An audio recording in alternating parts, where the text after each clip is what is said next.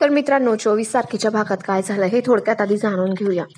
आता सुरुवातीला वसुंधरा ही तिच्या साड्या वगैरे चेक करत असते, त्यांची अॅनिव्हर्सरी असते आणि काय घालायचं याचा ती विचार करत असते. तेवढ्यात मागून आकाश येतो आणि तिला घट्ट मिठी मारतो. वसुंधरा म्हणते, आकाशराव काय करताय तुम्ही, कोणी बघेल ना. त्यावर आकाश म्हणतो, बघू दे, माझी बायको आहे ना, माझ्या बायकोसोबतच टाइम घालवतोय मी. आणि एकमेकांकडे त्या बघायला लागतात. आकाश म्हणतो, वसुंधरा बघता बघता 1 वर्ष निघून गेलं. ह्या 1 वर्षामध्ये किती काही बदललंय ना, म्हणजे छोटासा काळ होता पण किती काही बदलून गेलं.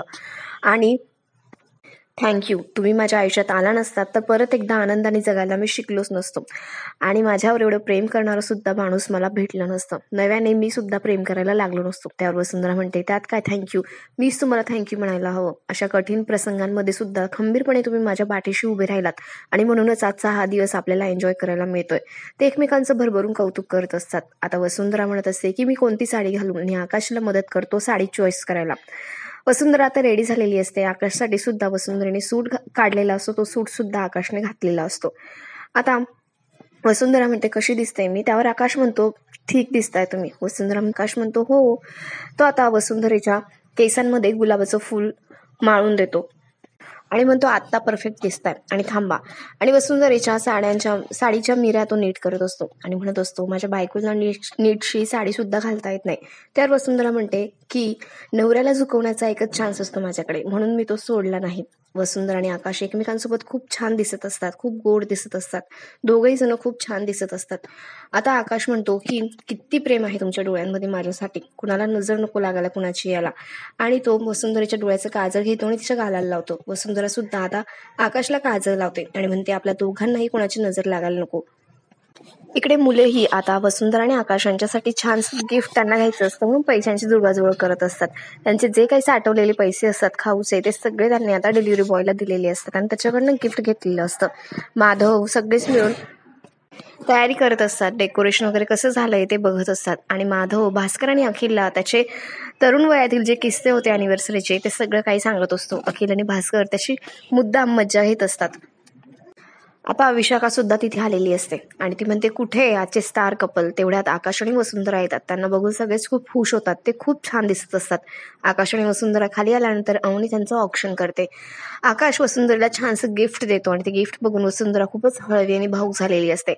तेवढ्यात आता दोघं मुलं सुद्धा वसुंधरा आणि आकाशांना गिफ्ट देतात. त्यांनी त्यांचा फॅमिली फोटो फ्रेम करून त्यांना गिफ्ट दिलेला असतो. तेवढ्यात वसुंधरेचे आईवडील सुद्धा तिथे आलेले असतात आणि त्यांनी सुद्धा आकाश वसुंधरेला आशीर्वाद दिलेले असतात.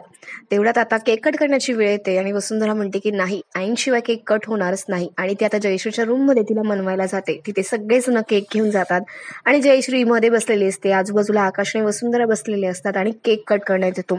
वसुंधरा आणि आकाश त्यांच्या हाताने जयश्रीला केक भरवतात आणि छानसा एक फॅमिली फोटो क्लिक करण्यात येतो. दुसऱ्या दिवशी जयश्री बाहेर उभी असते. तेवढ्यात वसुंधरा तिच्याकडे जाते आणि तिला परत समजवण्याचा प्रयत्न करत असते. वसुंधरा जयश्रीचा किती आदर करते आणि तिच्या मनात जयश्रीविषयी काय भावना आहे ते सगळं काही बोलून दाखवत असते. जयश्रीचं वागणं अजूनही बदललेलं नसतं. ती वसुंधरेला अजूनही घालून पाडूनच बोलत असते, तिचा अपमान करत असते. मात्र वसुंधरा तेवढाच आदर तिचा अजूनही करत असते आणि तिला परत एकदा समजवण्याचा प्रयत्न करत असते. त्यांचं नातं कसं सुधरेल याच्याकडे वसुंधरेचा कल असतो. तेवढ्यात तिथे तना येते. ती म्हणते, आई इथे काय करताय. जयश्री म्हणते, प्रवचन ऐकते. तना सुद्धा आता वसुंधरेला टोमणी मारायला लागते आणि म्हणते, आई हिच्या नादी कशाला लागताय तुम्ही, कशाला हिची फालतू बडबड ऐकून घेताय, हिला एवढा भाव देताय. तर वसुंधरा आता खूपच चिडते आणि म्हणते, तनया तुला एवढा कसला माज आहे ग. हा, आई माझ्यापेक्षा मोठ्या आहेत, त्या मला काहीही बोलू शकतात आणि मी त्यांचं सगळं काही ऐकून घेईल. पण तू लहान आहे आणि लहानांसारखंच वाग, नाहीतर 2 कानाखाली सणसणीत लावून देईल आणि तू लहान आहे याची तुला जाणीव करून देईल, एवढं लक्षात ठेव. आता असं बोलल्यानंतर तनया खूपच चिडते आणि वसुंधरेला बोट दाखवून म्हणते, तुझी एवढी हिंमत झालीच कशी. तेवढ्यात वसुंधरेचं बोट आवळते आणि म्हणते, हे बघ, माझ्या नादी लागायचं नाही, नाहीतर तुझी जागा दाखवून द्यायला मला 2 मिनिटं सुद्धा लागणार नाही. आणि वसुंधरेने आता तनयासोबत तिच्यासारखंच वागून तिच्या भाषेत तिला उत्तर दिलेलं असतं आणि ती आता तनया विशाखा यांच्यापैकी कोणालाही घाबरणाऱ्यातली नसते, कारण तिचा वीक पॉइंट आता संपलेला असतो आणि विशाखा आणि तनया तिला आता ब्लॅकमेल करू शकत नसतात. त्यामुळे आता वसुंधरा ही चांगलीच जबर झालेली आपल्याला दिसून येणार आहे. तर मग अशाच इंटरेस्टिंग अपडेटसाठी तुम्ही आमच्याशी कनेक्टेड राहा आणि आमच्या चॅनलला नक्की सबस्क्राईब करा. धन्यवाद.